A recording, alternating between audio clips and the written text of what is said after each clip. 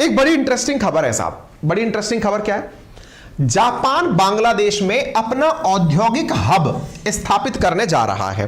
अच्छा, by the way, जब आप इस खबर को देखते हैं तो आपके दिमाग में प्रश्न क्या बनता है? एक बार के लिए बेसिक प्रश्न की कल्पना करते हैं। क्या प्रश्न बनता है कि जापान बांग्लादेश में इंडस्ट्रियल हब डेवलप करने जा रहा है? आपके दिमाग में आइडिया क्या आता है?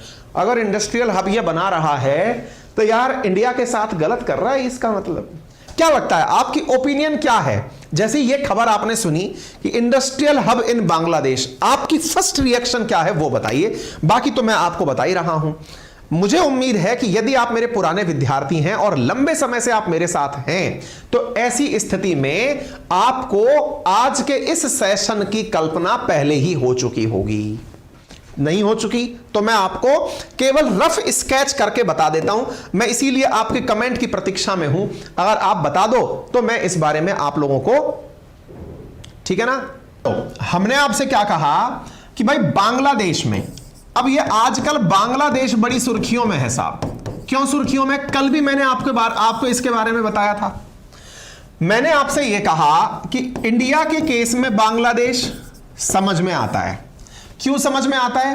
क्योंकि हमारा एक हिस्सा पूर्वोत्तर भारत का बांग्लादेश के उस पार है, नॉर्थ ईस्ट जिसे अपन कहते हैं। अच्छा, हमारे लिए बांग्लादेश क्यों इंपॉर्टेंट है वो हमारे समझ में आता है। आपको क्या लगता है कि यदि जापान बांग्लादेश के साथ में आ रहा है तो यह भारत के लिए कैसा है? भारत में ना आकर बांग्लादेश में जाना अच्छा है या बुरा है? इंडिया में सस्ते में सामान बेचेगा, अच्छा, और डायमंड ऑफ पर्ल को काउंटर करेगा, बहुत बढ़िया, और कल तो बांग्लादेश ने आरोप लगाया था सरकार गिराने का, अच्छा, और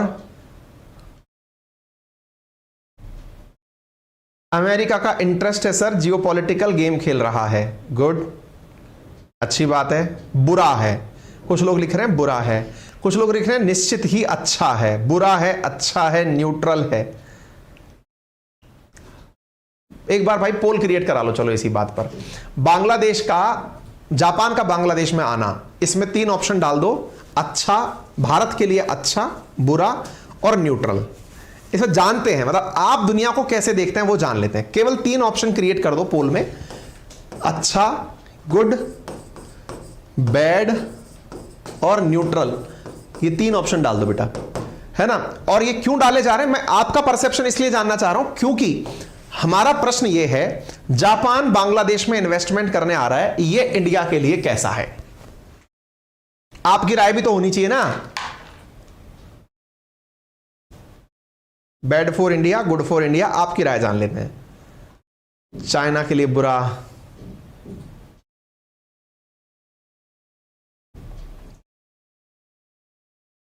हैवी लॉस, हां जी बताइए। 3 ऑप्शंस आपके सामने आ गए, जल्दी से आंसर दे दीजिए। जापान का बांग्लादेश में आना भारत के लिए कैसा है? पोल में आंसर आ चुका है, जल्दी देखें।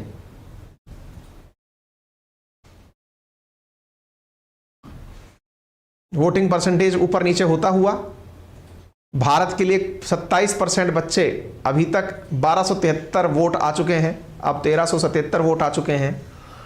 आपके पोलिंग में वोट चल रही है भाई 55%, यानी आधी की आधी क्लास जो है हमारी वो अच्छा बता रही है, आधे से ज्यादा। 27% बुरा बता रही है और न्यूट्रल 18% लोग मान रहे हैं।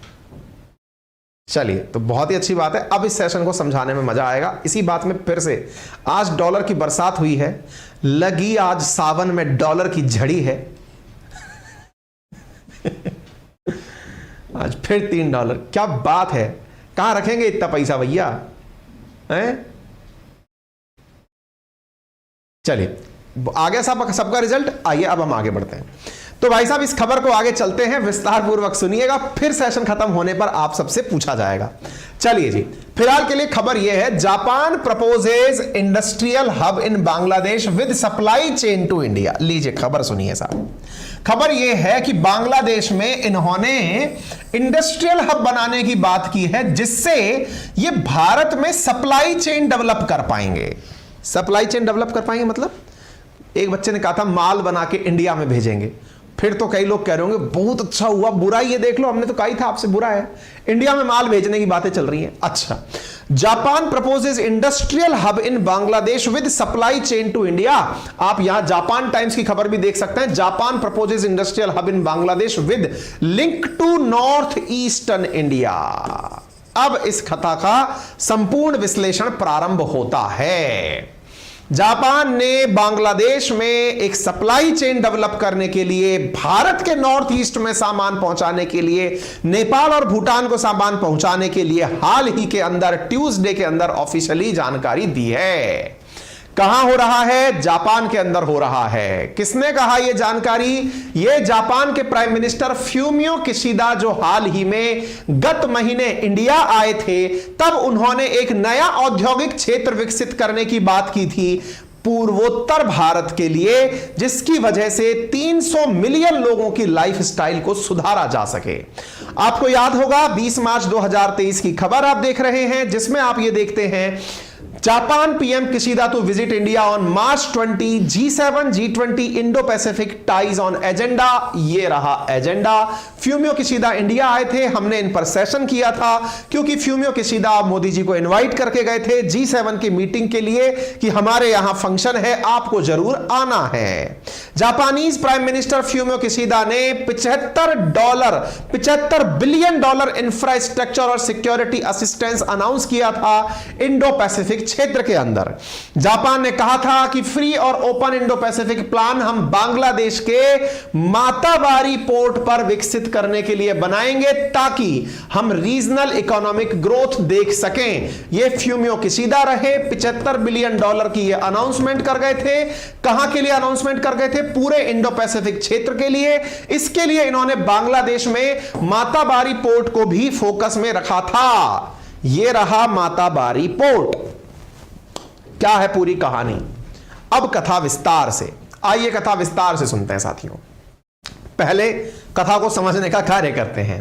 मेरे प्यारे साथियों, अब तक आपको यह तो समझ में आ चुका है फ्यूमियो किशिदा लास्ट मंथ 20 मार्च को इंडिया थे, भारत को G7 के लिए बुलाया था और बुलाकर के उन्होंने भारत में आकर बोला कि मैं इंडो पैसिफिक क्षेत्र के डेवलपमेंट के लिए $75 बिलियन का इन्वेस्टमेंट करना चाहता हूं। अच्छा बताओ, दुनिया में तीसरी सबसे बड़ी इकोनॉमी कौन सी है? आंसर है जापान। दुनिया की 5वीं बड़ी इकोनॉमी कौन सी है? आंसर है इंडिया। दुनिया की दूसरी सबसे बड़ी इकोनॉमी चीन, पहली अमेरिका, चौथी जर्मनी। बता क्यों रहे हो? अरे इसलिए बता रहे हैं क्योंकि देखो असली जो कहानी चल रही है वो यहीं पर है। यूएसए, चाइना, जापान, जर्मनी और इंडिया, असल मायने में कहानी यह चल रही है कि जापान और इंडिया कंबाइंड रूप से चाइना को टक्कर देने की तैयारी कर रहे हैं। दुनिया में जहां जहां पर भी चाइना के द्वारा बेल्ट एंड रोड इनिशिएटिव के माध्यम से लोगों को फंसाया गया अपनी डेट ट्रैप के अंदर, वहां पर भारत के साथ हो लिया जापान। और भारत के साथ हुआ जापान जो है वो जाकर के क्या करता है? वो जाकर के भारत के साथ मिलकर कहता है कि चलिए मैं आप लोगों को लेकर चलता हूं। और जापान भारत को अपने साथ में रखते हुए, क्योंकि जब हम इंडियन ओशियन की बात करते हैं तो भारत यहां पर 7500 किलोमीटर लंबी कोस्टल लाइन रखता है, जिस वजह से इंडियन ओशियन जो कि इस समय दुनिया के लिए सबसे महत्वपूर्ण है, उसमें भारत की कोस्टल लाइन और जापान का पैसा, यदि ये दोनों मिल जाएं तो दुनिया के ऊपर बड़ा इंपैक्ट क्रिएट कर सकते हैं। और जापान ने इसी को ध्यान में रखते हुए चीन के द्वारा जिस चिटागोंग पोर्ट पर हाल ही में बांग्लादेश के अंदर निर्माण करवाया गया है, उसी के मात्र 60-70 किलोमीटर दूर एक और पोर्ट बनवाने की बात की है, जिसका नाम होगा माताहारी डीप सी पोर्ट। मेरे प्यारे साथियों, माताहारी डीप सी पोर्ट जो उसको बनाया जा रहा है, इससे भारत का जो ट्रिप देखो बिल्कुल चिटागोंग के पास में है और इससे से त्रिपुरा मात्र 100 किलोमीटर की दूरी पर है। मेरे प्यारे साथियों, असली खेला यह चल रहा है, क्योंकि यह तो आप और हम अच्छे से जानते हैं कि बांग्लादेश में जब सत्ता परिवर्तित होती है तो वो सत्ता अपना रुख बदलती रहती है। फिलहाल के लिए यहां पर सरकार चल रही है शेख हसीना की, वो प्रो इंडिया है। खालिदा जिया वो प्रो पाकिस्तान है। जो प्रो पाकिस्तान है वो प्रो चाइना भी होगा, और जो प्रो चाइना होगा वो चाइनीज इन्वेस्टमेंट को आमंत्रित करेगा। चाइनीज इन्वेस्टमेंट के नाम पर इनके पास कौन सी जगह थी? तो चिट्टागांव पोर्ट था। आपको याद होगा कि इस चिट्टागांव पोर्ट के ऊपर हाल ही में भारत ने भी अपना काम शुरू कर दिया। ठीक इसी प्रकार से जब यहां पर खालिदा जिया हैं, फिलहाल के लिए जो शेख हसीना हैं, उन्होंने ना केवल हमें चिट्टागांव पोर्ट दिया है, बल्कि हमें सिलहट नामक जो एयरपोर्ट है उस पर भी भारत को अभी काम करने के लिए जगह दी है। ऐसी स्थिति में जापान हमारे साथ आकर के यहां पर एक और अपना पोर्ट डेवलप कर रहा है। किसके लिए? इंडिया के लिए। कैसे? क्योंकि मेरे प्यारे साथियों, असल में इंडिया अकेला अगर इस काम को करता तो भारत के विरोध के चलते बांग्लादेश की बदलती सरकार पाकिस्तान के दबाव में भारत के विरुद्ध भी फैसले ले सकती थी। विरुद्ध मतलब कि नहीं साहब, फिलहाल के लिए हम आपका सामान नहीं जाने देंगे। लेकिन इंडिया ने एक गजब डिप्लोमेटिक काम किया, बड़ी सोच समझ के साथ किया। जापान को बीच में ले आए। क्यों ले आए? क्योंकि जापान को बीच में लाने का मतलब है अमेरिका के बच्चे को बीच में ले आना। अमेरिकी के बच्चे को बीच में ले आने का मतलब यह है कि बांग्लादेश की इतनी हिम्मत नहीं है कि वो जापान के खिलाफ जाए। जापान की कमजोरी क्या है? जापान की कमजोरी है उनकी जनसंख्या। उनके पास लोग नहीं है, पैसा बहुत है। हमारी ताकत क्या है? हमारी जनसंख्या। हमारे पास लोग बहुत हैं, पैसा नहीं है। इन दोनों का कॉम्बिनेशन बहुत गजब का है। ऐसी स्थिति में दोनों के कॉम्बिनेशन का उपयोग इंडिया कर रहा है। बांग्लादेश को लूप में ले लिया है कि बेटा तुम अब हमारे चक्कर में, कल को तुम्हारी सरकार बदल गई और पता चले कि तुम हमारे साथ में जो कुछ दिन पहले एग्रीमेंट किए थे कि हम चिट्टागांव पोर्ट से काम कर लेंगे, कि हम सिलहट पोर्ट से काम कर लेंगे। देखिए, इंडिया के लिए ना इन दिनों बहुत बड़ी चैलेंजिंग चीज क्या है, मैं आपको वो बताता हूं, आप इस बात को समझिए। मतलब प्रधानमंत्री मोदी जी का आपने अगर कभी बयान सुना हो तो वो अक्सर एक लाइन बोलते हुए पाए जाते हैं कि नॉर्थ ईस्ट में उन्होंने अब तक का कीर्तिमान स्थापित कर दिया। सबसे ज्यादा बार कोई इंडियन प्राइम मिनिस्टर अगर नॉर्थ ईस्ट में गए हैं तो वो प्रधानमंत्री मोदी अपने आप को बोलते हैं। क्यों? उनका कहना है कि भाई यहां पर असल मायने में चीन के द्वारा बहुत डिस्टर्बेंस क्रिएट करने की कोशिश की गई। तो चीन का जो डिस्टर्बेंस क्रिएट करने की कोशिश की गई ना, तो नॉर्थ ईस्ट को ध्यान में रखकर इस बार सरकार ने योजना बनाई कि नॉर्थ ईस्ट में शांति कैसे लाएं। तो आंसर है, शांति का एक ही तरीका है, सामने वाले को डेवलपमेंट दे दो आप। जब किसी क्षेत्र में डेवलपमेंट आता है तो स्वतः ही जो लोग उलट सुलट कामों में लगे होते हैं वो सही मायने में रोजगार पकड़ के निकल लेते हैं। उदाहरण कश्मीर का देख लीजिए आप। कश्मीर में फिलहाल लंबे समय से आप कोई भी टचवुड कोई भी ऐसी घटना नहीं सुन रहे हैं जिससे कि आपका दिमाग एकदम खिन्न हो जाए। जो खबरें आ रही हैं वो प्रोग्रेसिव आ रही हैं कि G20 की बैठक वहां हो रही है, C20 की हो रही है, Y20 की हो रही है ना। विदेशी निवेश वहां आ रहा है, टूरिस्ट ऑल टाइम डबल पहुंच रहा है। टूरिस्ट के साथ साथ टेररिस्ट की संख्या 50 से भी कम रह गई है, ऑल टाइम लो टेररिस्ट रह गया है। मतलब लोगों के पास अगर काम होगा तो टेररिज्म की जगह लोग फिर काम करना चाहेंगे, मरना कोई नहीं चाहता। इसी वजह से तो हो क्या रहा है, पाकिस्तान के टेररिस्ट अब पाकिस्तान में गोले फोड़ रहे हैं। कल भी हमने बताया था यही हाल नॉर्थ ईस्ट का था। नॉर्थ ईस्ट में चूंकि कनेक्टिविटी का बड़ा अभाव रहता था, तो कनेक्टिविटी के अभाव में यहां के जो लोकल रीजनल ग्रुप थे उनका यह मानना था हम अपना ही देश बना ले तो बेहतर है। इसी कारण से यहां पर जितने भी, चाहे वो त्रिपुरा था तो वहां पर टिपरालैंड की मांग होती थी, नागालैंड था वहां पर ग्रेट नागालिम की मांग होती थी, मिजोरम वाले अपना देश मांग रहे, सब अपना अपना देश मांगते थे। इस बार क्या हुआ है? इस बार इंडिया ने इस क्षेत्र को ध्यान में रखते हुए विकास के जो नए आयाम रखे हैं वो क्या है कि यहां पर गजब तरीके से कनेक्टिविटी पहुंचा दो। कनेक्टिविटी के लिए करा क्या जाए? एक तरीका तो है वही कन्वेंशनल रूट। कन्वेंशनल रूट कौन सा? ये वाला जिसको आप सिलीगुड़ी कॉरिडोर कहते हैं। इस पर क्या हो रहा है? इस पर साहब भूटान जो है वहां का डोकलाम नामक जो क्षेत्र है वहां चाइना अपनी डार जमा के बैठा है कि भाई मैं इस जगह से किसी को नहीं जाने दूंगा। मतलब दिमाग लगा के बैठा, कल को अगर कुछ भी हो जाए तो सिलीगुड़ी कॉरिडोर से मैं इंडिया को कट कर दूंगा। लेकिन इंडिया पैरेलली क्या कर रहा है कि तुम अगर तुम्हारे मंसूबे में यह सोचते हो कि तुम ऐसा कर लोगे, तो बेटा हमने इस सी रूट को ही अपना रूट बना लिया है। यहां पर अगर कुछ भी ऐसी स्थिति करने की तुमने कोशिश की, तो हम इतने एग्रीमेंट कर चुके हैं अब बांग्लादेश से कि हमारी सीधी ट्रेन भी निकलेगी, हमारा सीधा जहाज भी निकलेगा, हमारा सीधा माल भी यहां जाएगा और तेजी से जाएगा।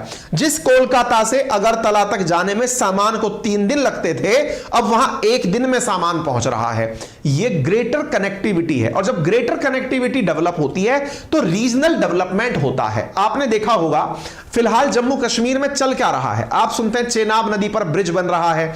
आपको जानना होगा कि अब श्रीनगर जो डल लेक पर, श्रीनगर डल लेक जो है वहां तक ट्रेन पहुंचेगी। पहले वहां तक हवाई जहाज के अलावा जाने का कोई रास्ता ही नहीं था। या तो आप बस के रास्ते जाओ, ट्रक के रास्ते, सड़कों से घूमते घामते कई दिनों में पहुंचो, या फिर आप फ्लाइट से जाइए। टूरिस्ट मैक्सिमम फ्लाइट से जाता है। ट्रेन की कनेक्टिविटी का मतलब है सीमलेस कनेक्टिविटी, जिससे हमारी फोर्सेस को भी और हमारे साधारण नागरिकों की भी कनेक्टिविटी बढ़ेगी। ऐसी स्थिति अगर यहां से हो जाए तो जापान इसके लिए हमारे काम आएगा। कैसे? जापान यहां पैसा ला रहा है, आइडिया हमसे लेके जा रहा है। आप पूछेंगे ऐसा कैसे? ऐसा इसलिए कि जब जाम यहां पर Fumio Kishida investment Matabari port पर गए ना, उससे पहले उन्होंने इंडिया से बात की थी, तभी इसे इंडिया के लिए विन विन सिचुएशन कहा गया है। क्यों? क्योंकि किशिदा के द्वारा यहां पर 1.27 बिलियन की जो फंडिंग है ना, वो असल में इंडिया से पूछ कर की गई है। ये देख लीजिएगा, नॉर्थ ईस्ट को लेकर अप्रैल 11 की खबर, इंडिया इसे प्रमोट कर रहा है। क्या? कि attending and addressing a third India Japan intellectual conclave organised by Asia Confluence think tank. India बार बार इस चीज को इस तरह से प्रमोट कर रहा है कि हमारे द्वारा जापान के साथ मिलकर जिस काम को किया जा रहा है वो नॉर्थ ईस्ट के डेवलपमेंट में काम आएगा। असल में फ्यूमियो किशिदा को इंडिया ने ही बांग्लादेश में निवेश के लिए कहा है कि आप यहां इन्वेस्टमेंट करिए, इससे 2 फायदे होंगे। जापान का जानी दुश्मन कौन? चीन। तो चीन से उसकी नेचुरल दुश्मनी है। अच्छा, आप पूछेंगे जापान क्यों इंटरेस्टेड होगा? भाई इस क्षेत्र में आने के लिए जापान क्यों इंटरेस्टेड होगा? क्योंकि उसे पता है कि चीन जहां है उसे टक्कर देनी है। उसको नेचुरल पार्टनर कौन मिलता है? इंडिया। इसलिए चीन को तुलनात्मक रूप से चुनौती देने के लिए जापान इंडिया के साथ आता है, इंडिया के कहने पर मातावारी पोर्ट पर इन्वेस्टमेंट करता है और यहां से जाकर यहां से वो करेगा। अब जापान को आप फायदा क्या दिखाओगे? जापान को आप फायदा ये दिखाओगे कि साहब आपका जो यहां पर आप इंडस्ट्रियल हब बनाओगे उसका यूज कौन करेगा? इंडिया। तो आप चिंता मत करो, आपको बढ़िया से पैसा रिफंड हो जाएगा। जैसे आपने मेट्रो में इन्वेस्टमेंट किया इंडिया के अंदर, हम पैसा रिटर्न करेंगे आपको। आप मातावारी पोर्ट बनाइए, हम उस पोर्ट से नॉर्थ ईस्ट में सामान मंगवाएंगे, तो भी आप ही का फायदा है। नंबर दूसरा। नंबर तीसरा, बोले बांग्लादेश का इतना बड़ा कोस्टल लाइन जो है, इसका लाभ उठाते हुए आप नेपाल को और भूटान को सामान पहुंचाइए। अच्छा, नेपाल और भूटान को अगर आपको सामान पहुंचाना है तो भी इंडिया होकर ही सामान पहुंचाना है। आपको ज्ञात होगा कि नेपाल को यदि कोस्ट चाहिए, क्योंकि नेपाल और भूटान लैंडलॉक कंट्री है। लैंडलॉक से मतलब इनको कोई भी समुद्री सीमा नहीं मिली हुई है। ऐसी स्थिति में इन्हें अगर सामान चाहिए तो भी समुद्री सीमा चाहिए। समुद्री सीमा है नहीं, समुद्री सीमा नहीं है तो क्या करें? तो या तो हमारे वेस्ट बंगाल के कोलकाता से पोर्ट से सामान लो, या फिर बांग्लादेश के पोर्ट से सामान लो। बांग्लादेश के पोर्ट पे सामान लेने के लिए बांग्लादेश को बेनिफिट होता था। जापान ने कहा मैं अपना हब बना रहा हूं, यहां से भूटान और नेपाल को सामान डिलीवर करेंगे। सब तरह से विन विन सिचुएशन बनकर आती है। इस तरह के जो गठबंधन होते हैं, ये गठबंधन हितैषी गठबंधन है। एक पक्ष जो आपका यहां पर आपको लग सकता है वो ये है, सर अगर हम इस इन्वेस्टमेंट को अपने यहां ले लेते वेस्ट बंगाल के अंदर और हम बांग्लादेश के साथ में संबंध अच्छे रखते तो हमको फायदे भी तो बहुत होते। बिल्कुल होते, लेकिन कुछ रिश्ते डिप्लोमेटिक रूप से रखे जाते हैं ताकि इनके दूरगामी परिणाम निकल सके, हमारा और जापान का। अब जापान जब पैसा लगा देगा तो अपने हितों की रक्षा करने के लिए भी आएगा, अपने हितों की रक्षा करने के लिए आएगा। हम तो चाहते ही हैं कि हम 1 और 1 11 हो जाएं। भैया फिर से पोल क्रिएट करवाओ एक बार, जिसमें वापस से यही पूछो अच्छा बुरा और नन। बताइए जापान द्वारा बांग्लादेश में जो किया गया इन्वेस्टमेंट है वो भारत के लिए अच्छा है, बुरा है या फिर न्यूट्रल हैं आप अभी भी? जरा देखते हैं आपको क्या समझ में आया।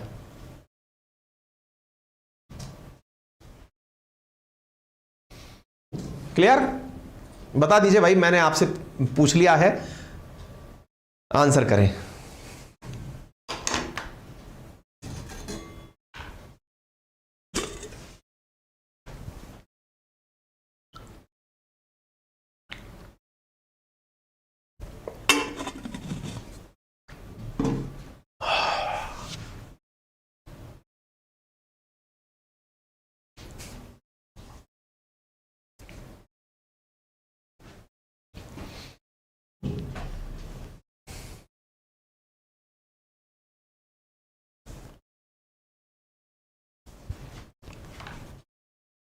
हाँ जी,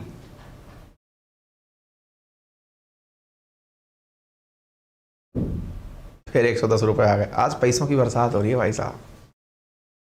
आज जो मैं खा पी के आया हूं वही चीज कल से खा पी के आऊंगा, ताकि मतलब कुछ शगुन होंगे इस चीज के। हाँ बताइए।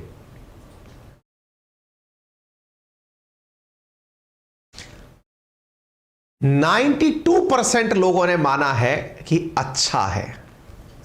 अब आ गई बात समझ में, डिसीजन चेंज। इसीलिए आपसे यह सवाल पूछा गया था। हमारी मैपिंग क्लासेस अपनी पाठशाला एप्लीकेशन पर 3 अप्रैल से शुरू हो चुकी हैं, आप उसे ज्वाइन कर सकते हैं।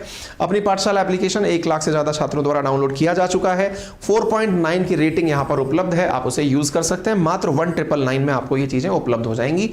ज्योग्राफी, हिस्ट्री, पॉलिटी, इकोनॉमी यहाँ पढ़ाई जाएंगी। और हाँ, अगर आपको हमारी टीम के साथ कनेक्ट करना है तो इन नंबर्स पर आप हमें कॉल कर सकते हैं। सुबह 8 से लेकर के रात 8 बजे तक। आपका समय शुभ हो।